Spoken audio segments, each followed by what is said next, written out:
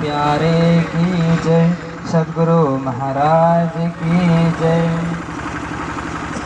प्रथम लागू दो चरण को, धनियो न छुड़ायो खिला। लाख तली लाल एड़िया, मेरे जीव को यही जीवन, मेरे जीव को यही जीवन।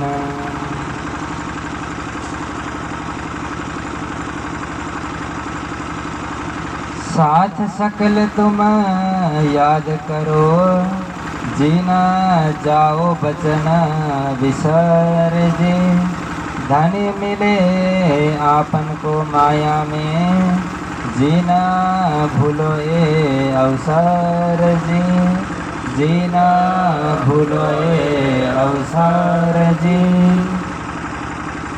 प्रकाश हिंदुस्तानी की वाणी, प्रकरण 3, चौपाई नंबर 1। साथ सकल तुम याद करो। अक्षरातीत धामधनी प्राण वल्लभ प्राण प्रियतम श्री महामती जी के धाम हृदय में विराजमान होकर के महामती जी के मुखार बिंद से कहलवा रहे हैं कि हे प्राणधार सुंदर साथ जी, आप परम धाम के प्रबुद्ध सुंदर साथ हैं। आप सबसे अधिक सिरदार हैं। आपसे अधिक ज्ञानवान सुंदर साथ कोई और हो ही नहीं सकता है। तो आप इस संसार में आकर के परम धाम को और धनी को आप संसार में क्यों भूल गए? और आपने जो परम धाम के 25 पक्षों में जो आनंद लिया करते थे परम धाम के अंदर, क्या आपको इस माया के संसार में आने के पश्चात क्या वो परम धाम के 25 पक्ष आपको याद आ रहे हैं?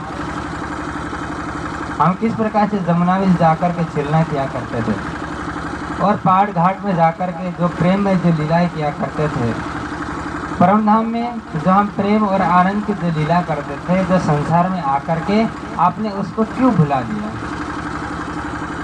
क्योंकि हम परम धाम में वचन देकर के आए थे कि धनी आप 100 बार आजमा कर को देखो, लेकिन हम आपको संसार में भूलने वाले नहीं है।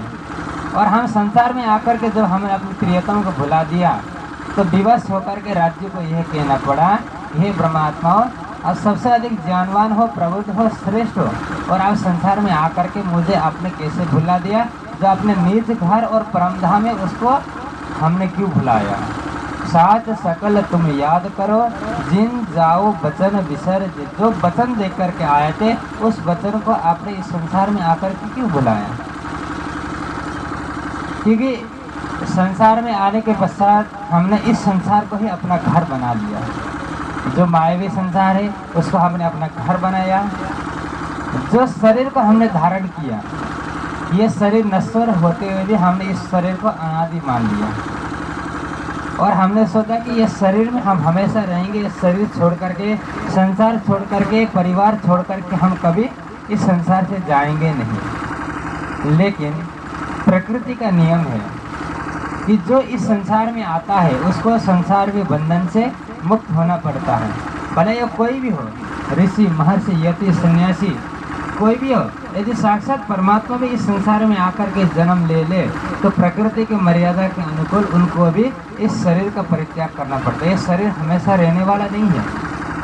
और सामान्य मनुष्य सोचते हैं, सुंदरता सोचते हैं कि हम हमेशा रहेंगे और हमेशा ही इसी प्रकार का जो सुख है संसार में हमें प्राप्त होता रहेगा। लेकिन संसार में सुख कभी हमें प्राप्त नहीं होता है।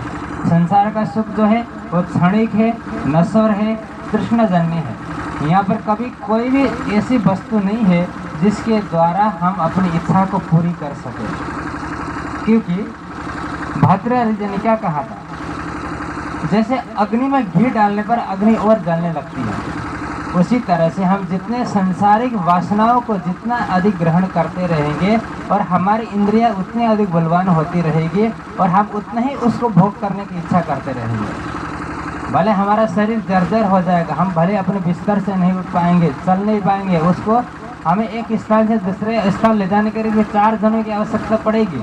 लेकिन जो मन के अंदर जो इच्छा है और कभी समाप्त होने वाली नहीं है। क्योंकि मन कभी बूढ़ा नहीं होता है, शरीर बूढ़ा होता है, कृष्ण कभी बूढ़े नहीं होते।